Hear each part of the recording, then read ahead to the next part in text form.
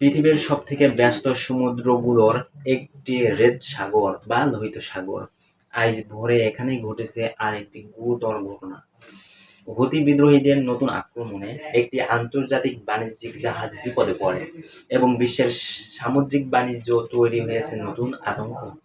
ইয়ামেনে হুতি গোষ্ঠী দাবি করেছে তারা রেড সি দিয়ে চলাচল করা একটি কার্গো জাহাজে মিসাইল হামলা চালিয়েছে। হামলার ফলে জাহাজের একপাশে আগুন ধরে যায় এবং ক্রুরা জরুরি সংকেত পাঠায়।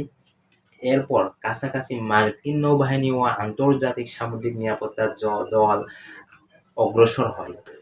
প্রাথমিক খবর অনুযায়ী জাহাজটি ডোবেনি এবং কয়েক ঘন্টা জাহাজটি বেঁচে থাকার জন্য লড়াই করতে হয়েছে। এদিকে হুতি বিবৃতিতে বলা হয়েছে গাজায় ইসরায়েলি হামলার প্রতিবাদ হিসেবে তারা এই আক্রমণ চালিয়েছে এবং এটি ভবিষ্যতেও চালাবে বলে সতর্ক করেছে। রেড সি বা লোহিত সাগরে বিশ্বের প্রায় 12% বাণিজ্য পরিবহনের পথ। এখানে প্রতিটি হামলা বিশ্ববাজারে প্রভাব ফেলে, বিশেষ করে তেল, গ্যাস এবং খাদ্যবাহিত কার্গোগুলোর উপর। কয়েক মাস ধরে হুতিরা বারবার ড্রোন ও মিসাইল দিয়ে এই এলাকায় হামলা আক্রমণ চালাচ্ছে।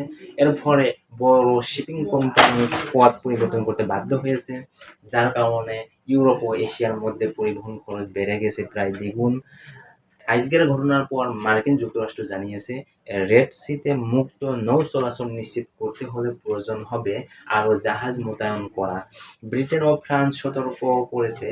ও ফ্রান্স নৌবাহিনী সতর্ক করেছে।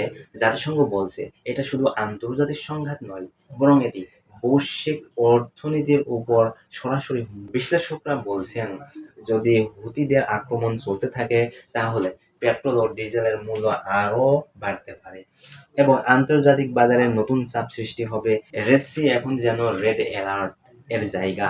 সমুদ্রপথে চলাচল অনিরাপদ হলেও তার প্রভাব পড়ে আমাদের জীবনেও।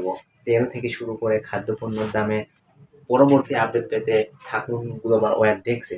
আমি অনিক হোসেন এর পক্ষ থেকে আজকের মতো শেষ করছি এখানে। ধন্যবাদ সকল দর্শক।